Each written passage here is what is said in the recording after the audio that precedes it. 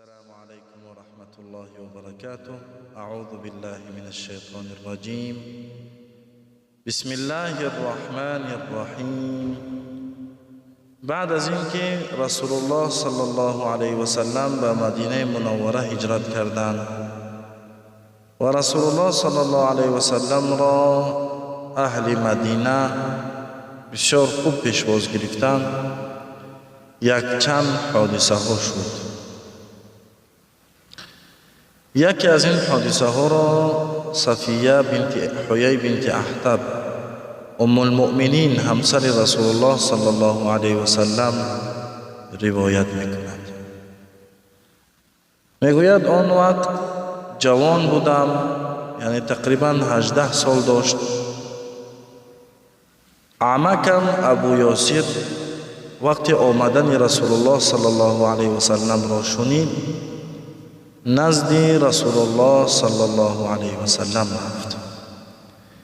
یعنی ام المؤمنین صفیه از قبیله یهودی ها بود و پدرش حیی و عمکش ابو یاسر بزرگان یهود بود و علمی کتاب تورات را داشتند و علامت های نبوت را خوانده بودند.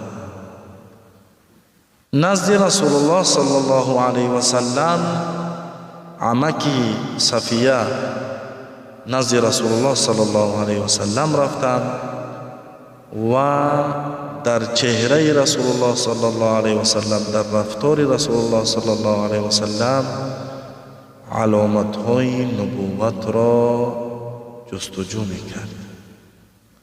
یعنی آن علامت هایی که در کتاب تورات خوانده بود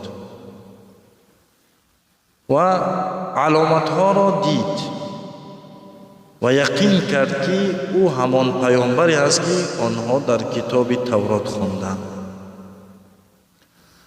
برگشت نزد قبیله خود، یعنی نزد یهودی ها.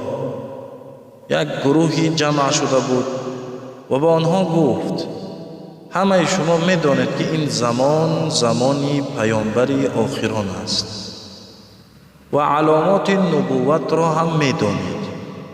با الله سوگند من محمد را دیدم و علامات های پیامبری را در او دیدم، همان علامات هایی که در تورات است. بیایید من را اطاعت کنید و با او ایمان بیاورید. یهود، گروهی که در آنجا جمع شده بودند، خاموش شدند، جواب ندادند. حیی ابن احتب پدر صفیه در آنجا حضور داشت. گفت من میروم و خودم میبینم همان علامت های نبوت را، من خودم میبینم که در او هست یا نه. و حیی ابن احتب نزد رسول الله صلی الله علیه و سلم رفت و علامات نبوت را در او دید و درک کرد که او رسول الله است، او همان پیامبری است که او را منتظر است. پس گشت نزد برادرش ابو یاسر و ابو یاسر از او پرسید، گفت او همان پیامبر است؟ حیی گفت بله، او همان پیامبر است. ابو یاسر گفت پس چی کار میکنی؟ اگر این همون محمد همان پیامبر باشد اکنون چی کار میکنی؟ حیی گفت من با او تا ابد دشمنی خواهم کرد.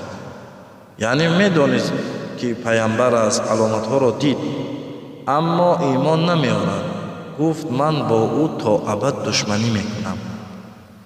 صفیه رضی الله عنها میگوید از سخنرانی عمکم و پدرم وقتی که سخنرانی آنها را شنیدم در تعجب ماندم. یعنی چطور وقتی که پیغمبری او را دیدید و یقین کردید که او پیغمبر است باز با او دشمنی میکنید؟ ابو یاسر ترسید که با پیغمبر دشمنی کردن هیچ خیری را نمیآورد. او به برادرش گفت ای حیی، ای برادر من، در همین مسئله فقط تو من را اطاعت کن.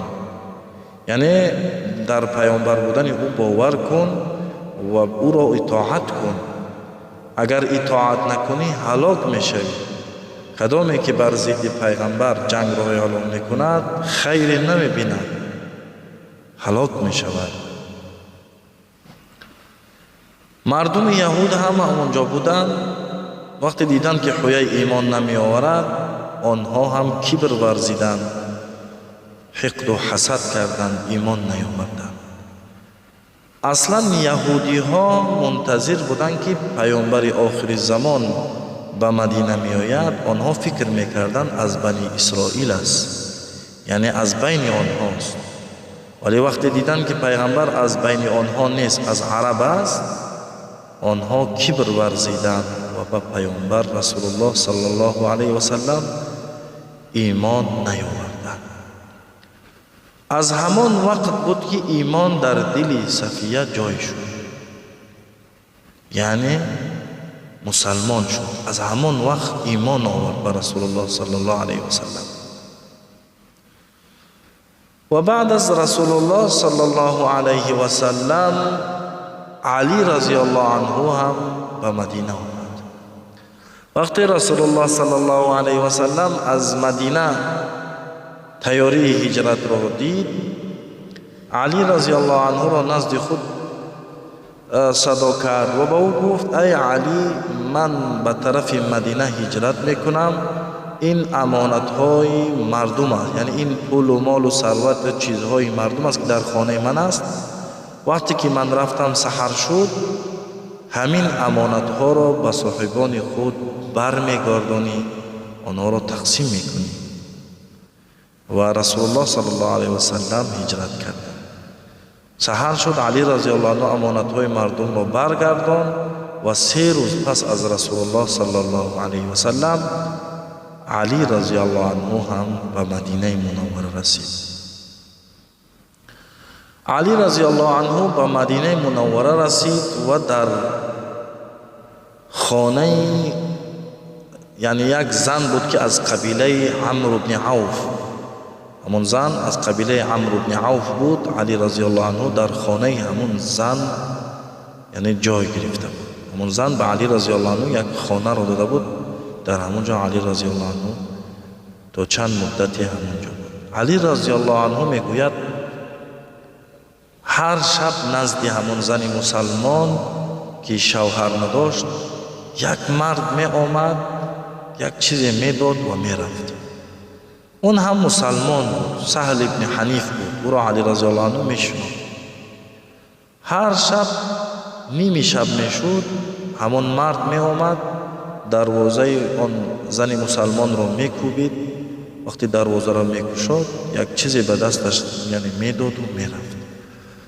علی رضی الله عنه در تعجب مانده بود که کی بود، یعنی برای چی این کار را میکرده باشد؟ این کی باشد که نزد زنی یعنی که شوهر ندارد می آید نیمی شب؟ یک غیرت مسلمانی در درونش جوشید و پس نزد همان زن آمد. گفت: ای زن مسلمان، این برادر نزد تو می آید، این یعنی خوب نیست، برای تو چی می دهد در نیمی شب می آید؟ آن زن گفت: این سهل ابن حنیف است.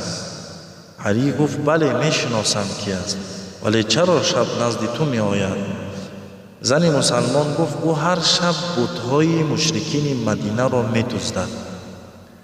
یعنی اهل مدینه یعنی آن زمان همش مسلمان نشده بود.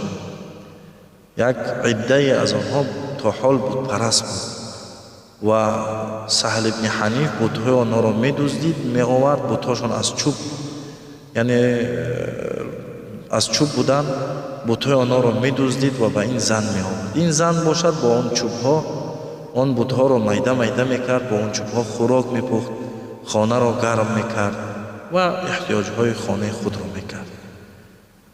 علی رضی الله عنه در تعجب بود، یعنی به هر طریق اسلام را نصرت می دهد. و همچنان بعد از رسول الله صلی الله علیه و سلم یکی از اصحاب رسول الله صلی الله علیه و سلم که صحابی بسیار بزرگ است، به مدینه هجرت کرد. آن صحابی صهیب رومی است، یعنی اصلش از روم بود، از ایتالیا بود و او را غلام گرفته بودند، یعنی در جای اسیر غلطیده بود، غلام گرفته بودند عرب ها و بعد از چندی اون آزاد شد و در مکه تجارت میکرد و یکی از تاجران ماهر شده بود. وقتی که شنید رسول الله صلی الله علیه و سلم یعنی پیغمبر شده است، به رسول الله صلی الله علیه و سلم ایمان آورد و بعد از اینکه رسول الله صلی الله علیه و سلم به مدینه هجرت کرد، او هم به طرف مدینه هجرت کرد. در راه برآمد، قریشی ها فهمیدند، در سر راه او ایستادند و گفتند ای صهیب، ما تو را نمیگذاریم تو از اینجا بروی. تو یک شخص حقیر بودی، یک شخص فقیر بودی، پست بودی، غلام بودی، در مکه آمدی تجارت کردی، یعنی در اینجا مال و ثروت پیدا کردی، اکنون میخواهی اینجا را ترک کنی بروی؟ نمیمانی. صهیب رضی الله عنه به قریشی ها گفت نزد من 40 تا تیر است و شما هم میدانید که من تیرزن ماهر هستم. اگر به من حمله میکنید به الله سوگند 40 تن از شما را هلاک میکنم و بعد با شمشیر با شما میجنگم، یعنی تا آخری که هستم، تا آخری خون من با شما میجنگم و به خوبی من به شما خود را نمیسپارم. قریشی ها گفتند نه، ما تو را نمیگذاریم بروی، ما بسیار هستیم، فایده ندارد. صهیب رضی الله عنه گفت شما میدانید که من مال و ثروت زیاد دارم و در مکه در جای پنهان کردم. اگر من جای مال خود را نشان بدهم من را برا هم میگذارید؟ آنها گفتند بله. پس جایی که مال خود را، ثروت خود را پنهان کرده بود نشان داد. قریشی ها رفتند آن ثروت را گرفتند و صهیب رومی را برای خود آزاد کردند. صهیب رضی الله عنه همه مالی که داشت، ثروتی داشت، او را در قبال هجرت، در قبالی که با رسول الله صلی الله علیه و سلم ملاقات کند، به سوی الله و رسولش برود، همه هستی خود را فدا کرد و به طرف مدینه رفت. صهیب رضی الله عنه هم 3 روز پس از رسول الله صلی الله علیه و سلم به مدینه منوره رسید. وقتی رسول الله صلی الله علیه و سلم او را دید، فرمود ابو یحیی برد کرد در تجارت خود، یعنی صهیب را ابو یحیی هم میگفتند. رسول الله صلی الله علیه و سلم فرمود ابو یحیی برد کرد در تجارتی که کرده است. و بسیار رسول الله صلی الله علیه و سلم خوشحال شد وقتی که صهیب را دید. صهیب رضی الله عنه باشد تعجب کرد، گفت یا رسول الله، با الله سوگند با جز من دیگر هیچ برادر، هیچ مسلمانی نمیدانست که من به مدینه می آیم. یعنی چطور از هجرت من یعنی خبردار شدی و از آنی که من مال خود را در راه خدا فدا کردم؟ یعنی مال و هستی خود را وقتی که در راه خدا داد با الله تجارت کرد و در تجارتش برد کرد. وقتی که این حادثه شد، جبرائیل علیه السلام به نزد رسول الله صلی الله علیه و سلم آمد و همه این حادثه را با رسول الله صلی الله علیه و سلم قصه کرد. یعنی رسول الله صلی الله علیه و سلم از این حادثه همه را میدانست. یعنی اینا بودند صحابی های رسول الله صلی الله علیه و سلم که وقتی میخواستند به سوی الله و رسول بروند یعنی که دین را نصرت بدهند، همه هستی خود را در راه الله فدا میکردند. فدای رسول الله صلی الله علیه و سلم، فدای اسلام و مسلمان ها میکردند. ان شاء الله تعالی در نوار بعدی میبینیم چطور سلمان فارسی رضی الله عنه هم به مدینه آمد، از کدام راه آمد، چی مشکلات را پیش کرد و دوام قصه را در